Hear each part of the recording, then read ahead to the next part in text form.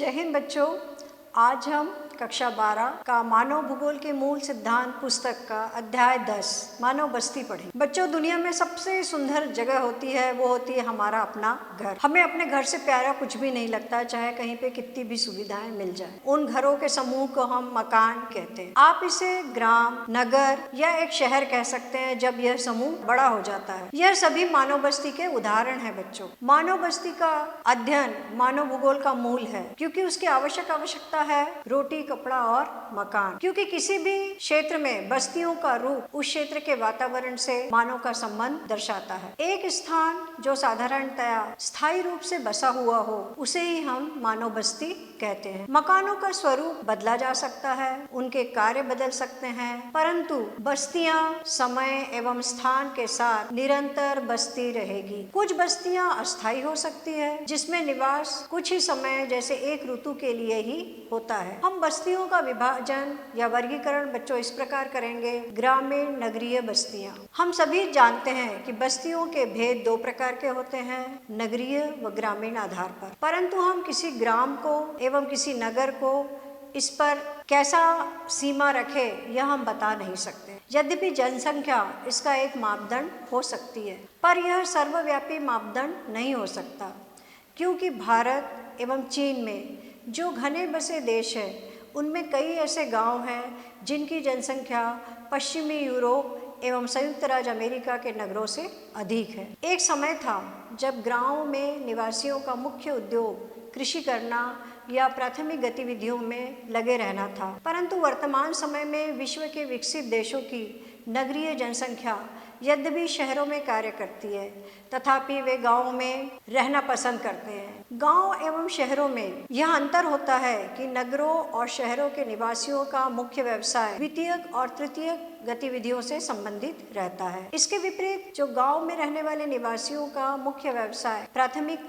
गतिविधियां जैसे कृषि करना, मछली पकड़ना, लकड़ी काटना, खनन कार्य या पशुपालन आदि करना होता है, और इससे संबंधित कार्य ही अपने गांव में करते हैं। उपनगरीयकरण यह एक नवीन प्रवृत्ति है जिसमें मनुष्य शहर के घने बसे क्षेत्रों से हटकर रहन सहन की एक अच्छी गुणवत्ता की खोज में शहर के बाहर स्वच्छ एवं खुले क्षेत्रों में जा रहे हैं। बड़े शहरों के समीप ऐसे महत्वपूर्ण उपनगर विकसित होते जाते हैं, जहाँ से प्रतिदिन हजारों व्यक्ति अपने घरों से कार्यस्थलों पर आते जाते हैं। और आपने देखा होगा कि भारत में मुंबई, कलकत्ता, चेन्नई और दिल्ली ऐसे ही महानगर है जहां उपनगरों का संबंध लोकल ट्रेन या मेट्रो ट्रेन से उसे जोड़ा गया है। ग्रामीण एवं नगरीय जनसंख्या में उनके द्वारा संपन्न कार्यों के आधार पर हम उसका विभेदीकरण करते हैं, क्योंकि ग्रामीण व नगरीय बस्तियों के द्वारा किए गए कार्यों के पदानुक्रम में समरूपता नहीं होती है। संयुक्त अमेरिका में पेट्रोल पंप को पदानुक्रम में निम्न श्रेणी का कार्य समझा जाता है, जबकि भारत में यह नगरीय कार्य के अंतर्गत आता है। यहाँ तक कि एक देश के अंदर ही कार्यों का स्तर प्रादेशिक अर्थव्यवस्था के अनुसार अलग अलग हो सकता है। जो सुविधाएं विकसित देशों के गांव में पाई जाती है, वैसी सुविधाएं विकासशील एवं अल्प विकसित देशों के गांव में दुर्लभ होती है।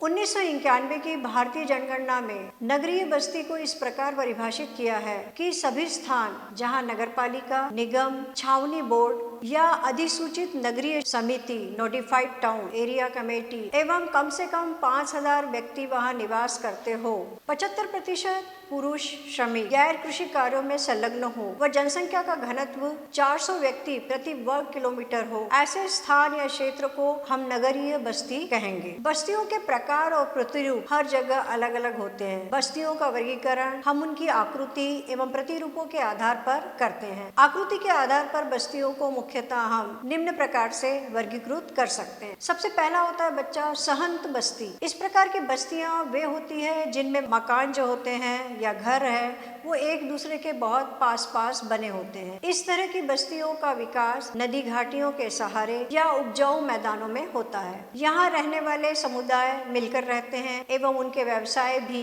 समान होते हैं। दूसरी प्रकार की बस्ती होती है बच्चों प्रकीर्ण बस्ती। इन बस्तियों में मकान दूर दूर होते हैं, प्रायः खेतों के द्वारा एक दूसरे से अलग भी होते हैं। एक सांस्कृतिक आकृति जैसे पूजा स्थल अथवा बाजार बस्तियों को एक साथ बांधता है। समय समय पर ऐसे स्थानों पर मेले द्वारा भी हम एकत्रित होते रहते हैं। विभिन्न प्रकार के मेलों का आयोजन होता है और उसके द्वारा बस्ती के लोग एकत्रित होते हैं। ग्रामीण बस्ती अधिक निकटता से तथा प्रत्यक्ष रूप से भूमि से नजदीक संबंध रखती है। यहाँ के निवासी अधिकतर प्राथमिक गतिविधियों में लगे रहते हैं, जैसे कृषि करना, पशुपालन एवं मछली पकड़ना इनके मुख्य प्रमुख व्यवसाय होते हैं। बस्तियों का आकार अपेक्षाकृत बहुत छोटा होता है। ग्रामीण बस्तियों को प्रभावित करने वाले कारक इस प्रकार है बच्चों। सबसे पहला होता है जल पूर्ति। आप सभी जानते हैं कि बिना पानी के हम जीवित नहीं रह सकते और पूरे विश्व में भी यह बहुत ही समानता पाई जाती है कि जहाँ जल पाया जाता है वहीं पे लोगों की बस्तियां बसनी शुरू होती है। साधारणतः ग्रामीण बस्तियां जल स्रोतों या जल राशियों जैसे नदियों,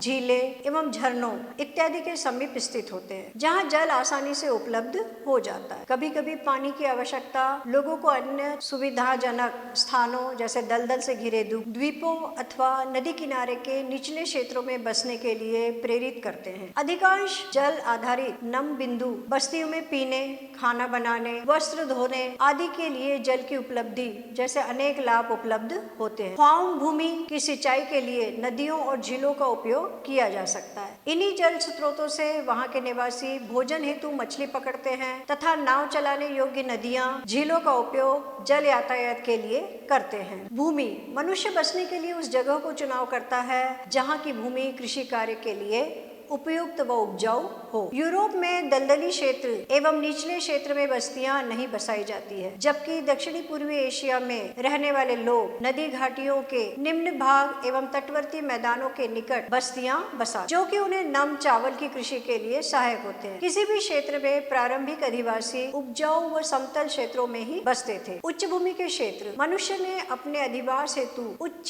क्षेत्रों को इसलिए चुना कि वहाँ पर बाढ़ के समय होने वाली क्षति से बचा जा सकता है एवं मकान व जीवन सुरक्षित रह सकता है। नदी बेसिन के निम्न भागों में बस्तियां नदी वेदिकाओं एवं तटबंधों पर बसाई जाती है, क्योंकि ये भाग शुष्क बिंदु होते हैं। उष्णकटिबंधीय देशों के दलदली क्षेत्रों के निकट लोग अपने मकान स्तंभों पर बनाते हैं, जिससे कि बाढ़ एवं कीड़े मकोड़ों से बचा जा सके। अब गृह सामग्री कौन कौन सी उपयोग करते हैं अपने घरों को बनाने में? मानव बस्तियों के विकसित होने में गृह निर्माण सामग्री की उपलब्धता भी एक बहुत बड़ा कारक होती है। जहां आसानी से लकड़ी, पत्थर आदि प्राप्त हो जाते हैं, मनुष्य वहीं अपनी बस्तियां बसाता है। वनों को काटकर प्राचीन गांवों को बनाया गया, जहां लकड़ी बहुत ज्यादा मात्रा में मिलती थी। चीन के लोएस्ट क्षेत्र में वहां के निवासी कंदराओं में मकान बनाते थे एवं अफ्रीका के सवाना प्रदेश में कच्ची ईंटों के मकान बनाते थे, जबकि ध्रुवीय क्षेत्रों में एक्सिमो हिमखंडों से अपने इग्लू का निर्माण करते हैं। सुरक्षा, राजनीतिक अस्थिरता, युद्ध या पड़ोसी समूह के उपद्रवी होने की स्थिति में गांवों को सुरक्षात्मक पहाड़ियों एवं द्वीपों पर बसाया जाता था। नाइजीरिया में खड़े इंसेलबर्ग अच्छी सुरक्षित स्थिति प्रदान करते हैं। भारत में भी अधिकतर दुर्ग ऊंचे स्थानों अथवा पहाड़ियों पर बनाए जाते हैं। नियोजित बस्तियां, इस तरह की बस्तियां सरकार द्वारा बसाई जाती है। ग्रामवासियों द्वारा स्वतः जिन बस्तियों की स्थिति का चयन नहीं किया जाता, सरकार द्वारा अधिगृहित की गई ऐसी भूमि पर निवासियों को सभी प्रकार की सुविधाएं जैसे आवास, पानी तथा अन्य अवसंरचना आदि उपलब्ध कराकर बस्तियों को विकसित करती है। इथोपिया में सरकार द्वारा ग्रामीणीकरण योजना एवं भारत में इंदिरा गांधी नहर के क्षेत्र में नहरी बस्तियों का विकास इसके अच्छे उदाहरण हैं। ग्रामीण बस्तियों के प्रतिरूप, ग्रामीण बस्तियों का प्रतिरूप यह दर्शाता है कि मकानों की स्थिति किस प्रकार एक दूसरे से संबंधित है। गाँव की आकृति एवं प्रसार को प्रभावित करने वाले कारकों में गांव की स्थिति, समीपवर्ती स्थलाकृति एवं क्षेत्र का भूभाग प्रमुख स्थान रखते हैं। ग्रामीण बस्तियों का वर्गीकरण हम कई मापदंडों के आधार पर कर सकते हैं, जैसे विन्यास के आधार पर। इनके मुख्य प्रकार है मैदानी ग्राम, पठारी ग्राम, तटीय ग्राम, वन ग्राम और मरुस्थलीय गांव।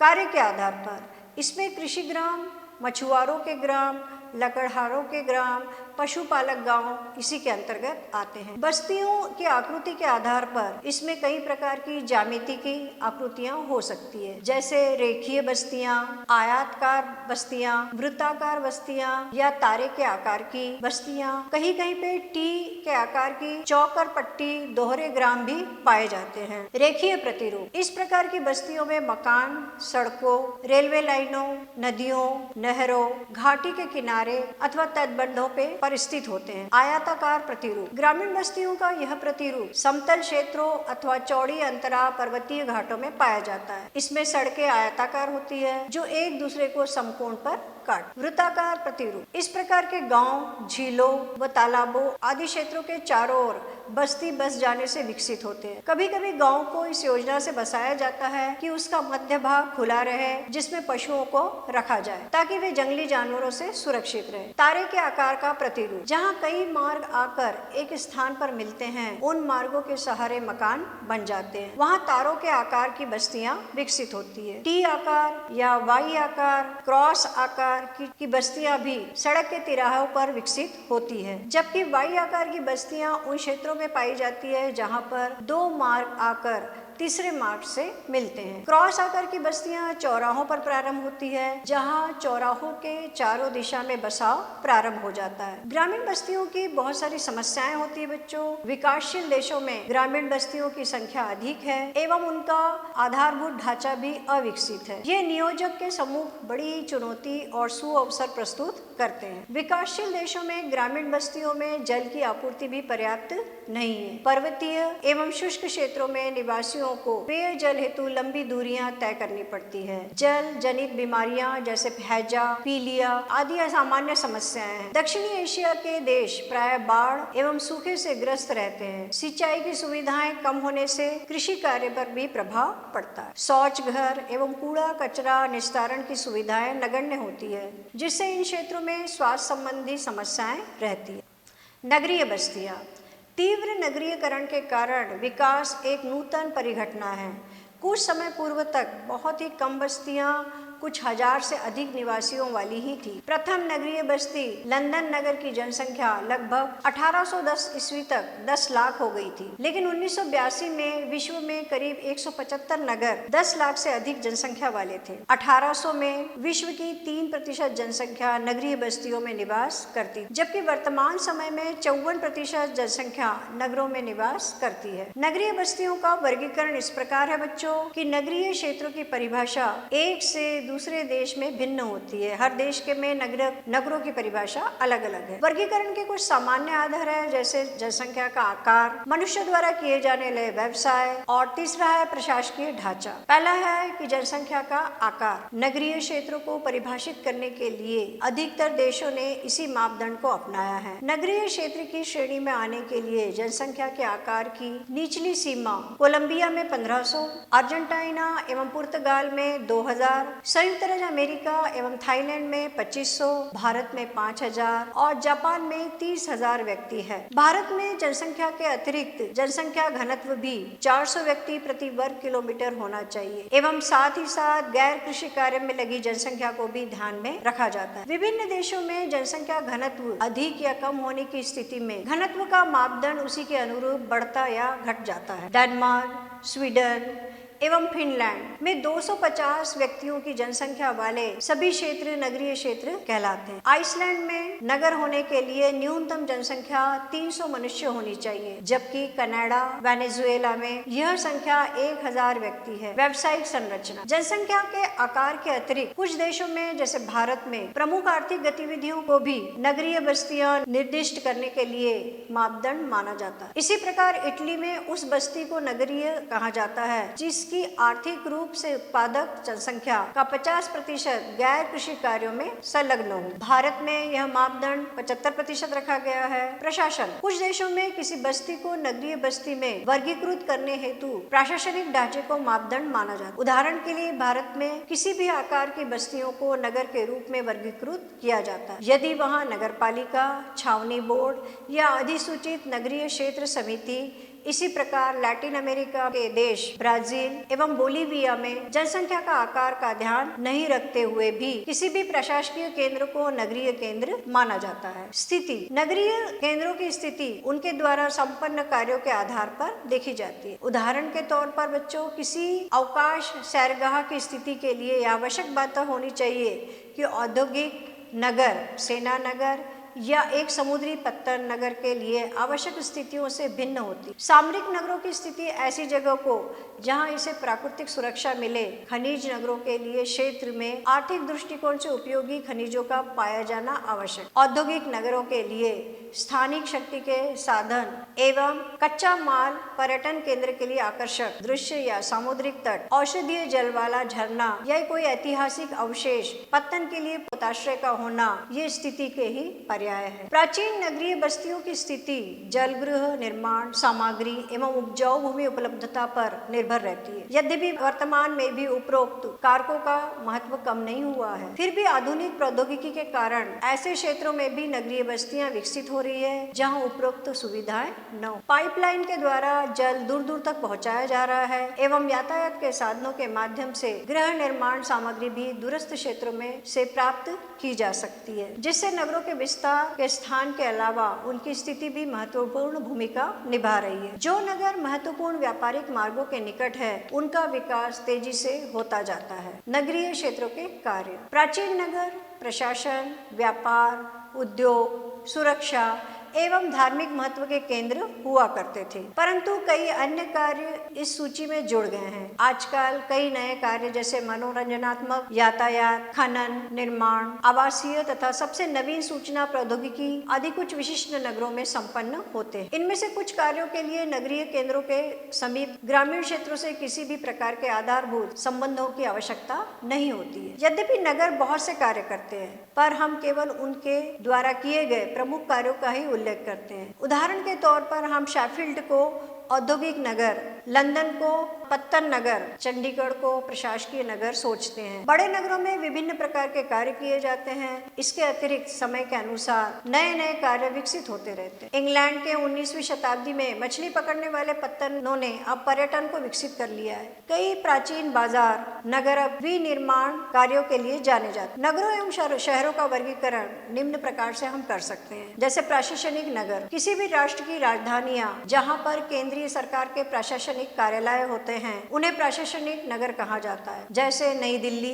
Canberra, Beijing, Addis अबाबा, Washington DC एवं लंदन, ये प्रशासनिक नगर है। राज्यों में भी ऐसे नगर हो सकते हैं जिनका कार्य प्रशासनिक हो। उदाहरण के लिए विक्टोरिया ब्रिटिश कोलंबिया में है, अल्बेनी न्यूयॉर्क में, चेन्नई तमिलनाडु इत्यादि। व्यापारिक एवं व्यावसायिक नगर जैसे विनिपेग एवं कंसास नगर। बैंकिंग एवं वित्तीय कार्य करने वाले नगर जैसे फ्रैंकफर्ट एवं एम्स्टर्डम। विशाल अंतर्देशीय केंद्र जैसे मैनचेस्टर और सेंट लुइस एवं परिवहन के केंद्र जैसे लाहौर, बगदाद एवं आगरा प्रमुख व्यापारिक केंद्र है। सांस्कृतिक नगर, तीर्थ स्थान जैसे जेरूसलम, मक्का, जगन्नाथपुरी एवं बनारस, ये सांस्कृतिक नगर है। धार्मिक दृष्टिकोण से इनका बहुत महत्व है। इनके अतिरिक्त जो कार्य नगर करते हैं उनमें स्वस्थ मनोरंजन जैसे मियामी एवं पणजी, औद्योगिक नगर जैसे पीट्सबर्ग और जमशेदपुर, खनन नगर ब्रोकन हिल एवं धनबाद, परिवहन नगर जैसे सिंगापुर और मुगल सराय, ये आदि इसी प्रकार के नगर होते हैं।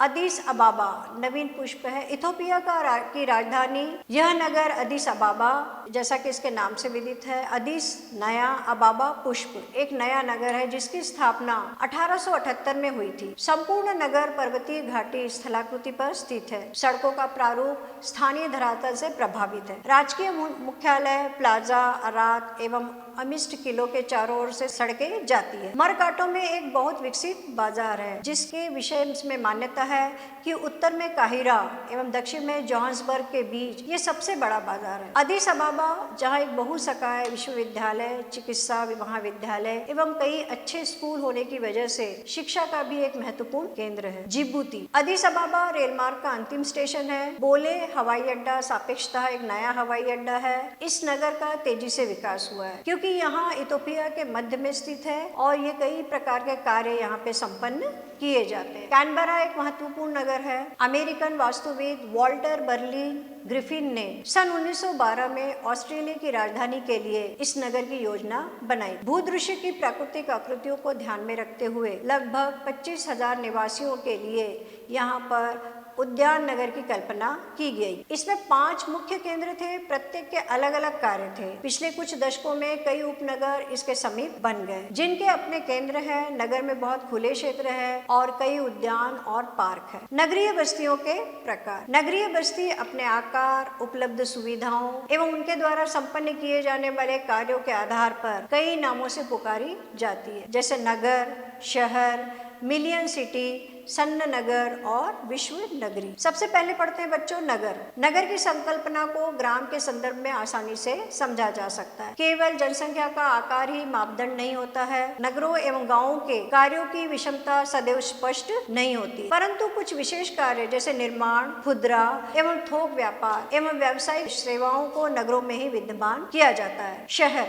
यह अग्रणी नगर होते हैं जो अपने स्थानीय व क्षेत्रीय प्रतिस्पर्धियों को पीछे छोड़ देते हैं। लेविस मम्फोर्ड के शब्दों में उन्होंने कहा है कि वास्तव में शहर उच्च एवं अधिक जटिल प्रकार के सहचारी जीवन का भौतिक रूप है। शहर नगरों से बड़े होते हैं एवं इनके आर्थिक कार्य भी अधिक होते हैं। यहाँ पर प्रमुखतः वित्तीय संस्थान, प्रादेशिक प्रशासकीय कार्यालय एवं यातायात के केंद्र होते हैं। जब इनकी जनसंख्या 10 लाख से अधिक होती है तो हम इसे मिलियन सिटी कहते हैं। सन्न नगर, एक शब्दावली का प्रयोग 1915 में पैट्रिक विटीज ने किया था। यह विशाल विकसित नगरीय क्षेत्र होते हैं जो मूलतः अलग अलग नगरों या शहरों के आपस में मिल जाने से एक विशाल नगरीय विकास क्षेत्र में परिवर्तित हो जाते। Greater London, Manchester, Chicago, Tokyo ऐसे ही नगरों के उदाहरण हैं। आप अपने भारत में भी इस प्रकार के नगरों का उदाहरण की एक सूची बना सकते हैं।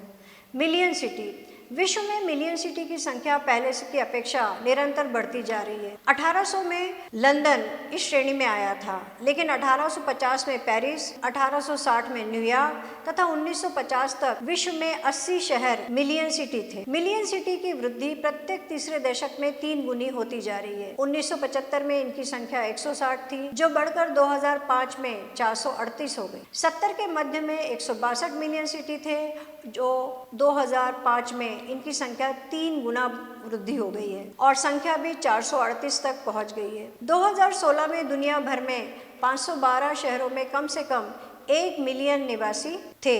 2030 तक अनुमानित 662 शहर में कम से कम 1 मिलियन निवासी होंगे। विश्व नगरी, यह यूनानी शब्द मेगालोपोलिस से बना है, जिसका अर्थ होता है विशाल नगर। इसका प्रयोग 1957 में जीन गॉटमैन ने किया था। यह एक बड़ा महानगर प्रदेश होता है जिसमें सन्न नगरों का समूह होता है। विश्व नगरी का सबसे अच्छा उदाहरण है संयुक्त राज्य अमेरिका में है, जहां उत्तर में बोस्टन से दक्षिण में वॉशिंगटन तक नगरीय भूदृश्य के रूप में एक पट्टी दिखाई देती है। मेगा सिटी का वितरण, मेगा सिटी शब्दावली उन नगरों के लिए प्रयुक्त की जाती है जिनकी जनसंख्या मुख्य नगर व उपनगरों को मिलाकर 1 करोड़ से अधिक हो। सबसे पहले 1950 में न्यूयॉर्क ने यह श्रेय प्राप्त किया था। उसकी जनसंख्या 1 करोड़ 25 लाख हो गई। वर्तमान में 31 मेगा सिटी है। पिछले 50 वर्षों में विकसित देशों की अपेक्षा विकासशील देशों में इनकी संख्या बढ़ती जा रही। विकासशील देशों में मानव बस्तियों की समस्याएं, यहाँ पे भी बच्चों समस्याएं होती, नगरों की अलग समस्याएं होती है।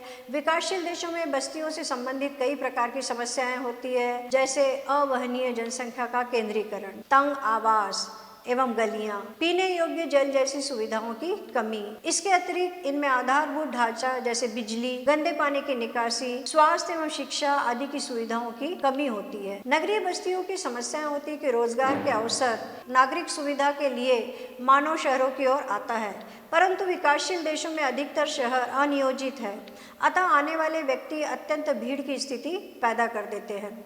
विकासशील देशों के आधुनिक शहरों में आवासों की कमी, लंबवत विस्तार मतलब बहुमंजिला मकान तथा गंदी बस्तियों की वृद्धि प्रमुख विशेषता है। भारत के अधिकांश मिलियन सिटी 25% निवासी अवैध बस्तियों में ही रहते हैं और ऐसे नगर अन्य नगरों की अपेक्षा दोगुनी तेजी से बढ़ रहे हैं। एशिया पैसिफिक देशों में नगरीय जनसंख्या का 60% भाग अनाधिकृत बस्तियों में ही रहता है। यह विशाल प्रवासी जनसंख्या नगरीय क्षेत्रों, अकुशल व अर्धकुशल श्रमिकों की संख्या में अत्यधिक वृद्धि कर देते हैं, जबकि इन क्षेत्रों में जनसंख्या पहले से भी चरम पर होती है। सामाजिक और सांस्कृतिक समस्याएं भी होती है, जैसे विकासशील देशों के शहर विभिन्न प्रकार की सामाजिक बुराइयों से ग्रस्त हैं। अपर्याप्त वित्तीय संसाधनों के कारण बहुसंख्यक निवासियों की आधारभूत सामाजिक ढांचागत आवश्यकताएं ही पूरी नहीं हो पाती। जो उनकी आवश्यकताएं हैं वही पूरी नहीं हो पाती। उपलब्ध स्वास्थ्य एवं शिक्षा संबंधी सुविधाएं गरीब निवासियों की पहुंच से बाहर हो जाती है।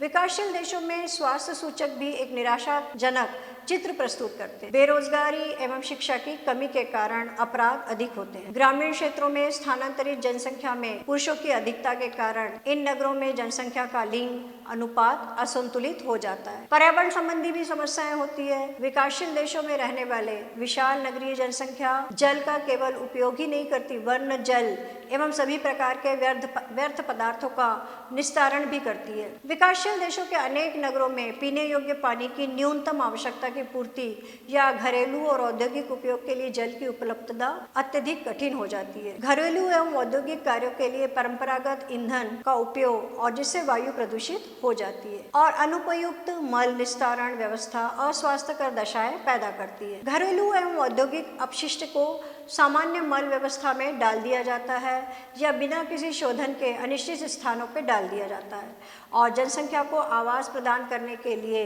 विशाल कंक्रीट ढांचे बनाए जाते हैं। नगरों में उष्मद्वीप बनाने में सहायक भूमिका निभाते हैं जो बहुत ही समस्याग्रस्त होते हैं। समान संसाधन एवं मनुष्य के संचलन के द्वारा शहर, नगर एवं ग्रामीण बस्तियां आपस में एक दूसरे से संपर्क में रहते हैं। मानव बस्तियों को बनाए रखने के लिए ग्रामीण और नगरीय संपर्क अत्यंत आवश्यक है। विशेष रूप से विकासशील देशों में ग्रामीण जनसंख्या की वृद्धि ने रोजगार सृजन एवं आर्थिक अवसरों को पीछे धकेल दिया है, जिसके कारण ग्रामीण जनसंख्या का नगरों की ओर प्रवास क्रमशः बढ़ता जा रहा है। नगरीय क्षेत्रों में पहले से ही समस्याग्रस्त ढांचे को और भी ज्यादा असुविधाएं पैदा कर दी है और उसका सेवाओं का दबाव भी बढ़ा दिया है। ग्रामीण निर्धनता को दूर करना शीघ्र आवश्यक है। ग्रामीण बस्तियों में रहन सहन के स्तर को सुधारना और रोजगार और शिक्षा के अवसरों का सृजन करना भी आवश्यक है। आर्थिक, सामाजिक और पर्यावरणिक आवश्यकताओं को संतुलित करने के लिए इनके संपर्कों का हमें पूरा लाभ उठाना चाहिए। इस प्रकार हम देखते हैं बच्चों कि इस अध्याय में हमने ग्रामीण और नगरीय बस्तियां पूरे विश्व की पढ़ी है।